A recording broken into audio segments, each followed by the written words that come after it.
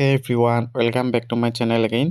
আজি আমি এই ভিডিঅ'টোত যি এডিআৰই প্ৰাৰ্থীসকল আছে আৰু তেওঁলোকে যে অতি আগ্ৰহেৰে বাট চাই আছে তেওঁলোকৰ এপইণ্টমেণ্টৰ ডেটটোৰ কাৰণে সেই বিষয়ে অলপ আলোচনা কৰিম। ইতিমধ্যে বহু কেইদিন হৈ গ'ল কিন্তু তেওঁলোকে একো বিশেষ আপডেট পোৱা নাই। জাষ্ট আমাৰ CM ছাৰে মেনশ্যন কৰিলে যে 22 তাৰিখে DMAৰ এপইণ্টমেণ্টখিনি দিব আৰু এডিআৰই যি জটিলতা আছে তাৰ কাৰণে কিছু সময় লাগিব বুলি ক'লে, কিন্তু একজাক্টলি সময়টো এতিয়াও কোনেও গম নাপায়।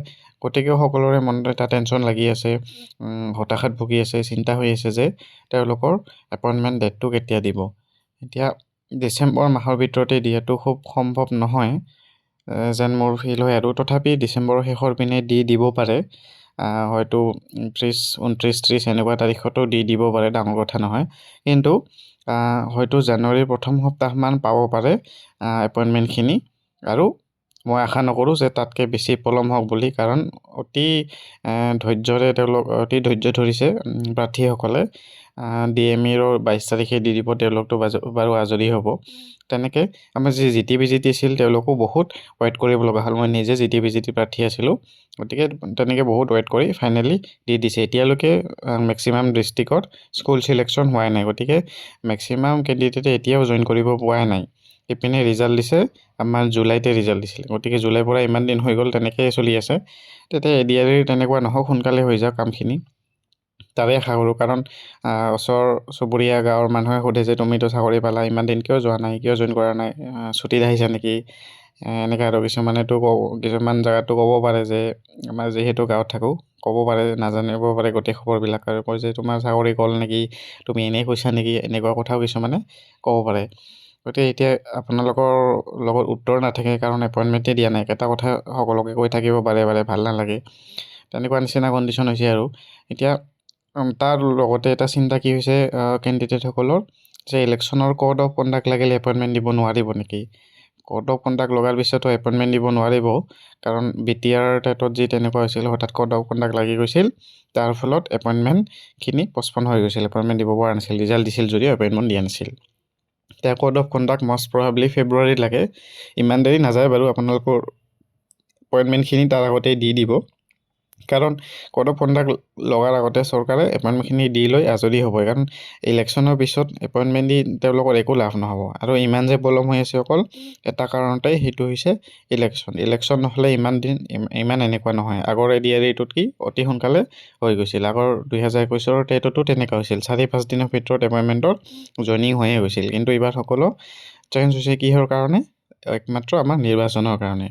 চৰকাৰে গতিকে ডিপাৰ্টমেণ্টটো কাম কৰিব নোৱাৰে যেতিয়া ওপৰৰ পৰা একো পাৰ্মিশ্যন নাপায়। ওপৰৰ পৰা যেতিয়া পাৰ্মিশ্যন আহে তেতিয়া ডিপাৰ্টমেণ্টে কামখিনি সোনকালে কৰিব বাধ্য হয়। আৰু তাৰ উপৰিও যদি চৰকাৰে বিচাৰে আৰু খুব 2 মাহৰ ভিতৰত এক্সাম পাতি আপোনালোকৰ ৰিজাল্ট দি এপইণ্টমেণ্টটো দি দিব পাৰে। চৰকাৰৰ হাতত ইমানখিনি ক্ষমতা, ইমানখিনি পাৱাৰ থাকে, কিন্তু এই গোটেইবিলাক মিলাব লাগে। তেওঁলোকৰো আমি একো বিৰোধিতা কৰা নাই আৰু মই ইয়াৰ দ্বাৰা, কিন্তু কেণ্ডিডেটখিনি দুখ বুজিলে ভাল লাগে। আৰু কাৰণ তেওঁলোকে ইমান দিন ৱেইট কৰি আছে, কিছুমানেতো কাম বাদ দিছে, যি প্ৰাইভেট বা বেলেগ কাম কৰি আছিল চাকৰিটো পোৱাৰ পিছত।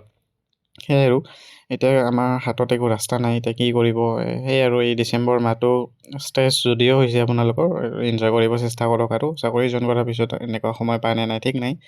গতিকে সেয়া আৰু কি ক'ম, আপোনালোকৰ এই 2 মাহ খুব ষ্ট্ৰেছফুল গৈছে, এইটো ফিল কৰিব পাৰিছোঁ। আৰু আমাৰ হাতত এতিয়া ৰাস্তা নাই, কিবা ৰাস্তা থাকিলে সকলোৱে বাৰু মেছেজ কৰিছে, কিছুমানক ৰিপ্লাই দিয়া বুলি শুনা পাইছোঁ, ইট উইল টেক টাইম বুলি কৈছে। তাৰমানে এতিয়া কি বুজিম, আৰু জানুৱাৰী মাহ পাব চাগে, কিন্তু ইমান দূৰ নাযায়। আৰু কোড অফ কণ্ডাক্টটো চিন্তা কৰিব নালাগে, কোড অফ কণ্ডাক্টৰ আগত দিয়ে দিব। কোড অফ কণ্ডাক্টৰ আগত আপোনালোকৰ জইনিং হৈয়ে যাব। GT-BGTৰ অলপ জটিলতা আছিল, কাৰণ তাত আকৌ IS অফিচত জইন কৰিব দিছিল, তাৰপিছত আকৌ স্কুল চিলেকশ্যন হোৱাই নাছিল, তাৰপিছতহে দিছে।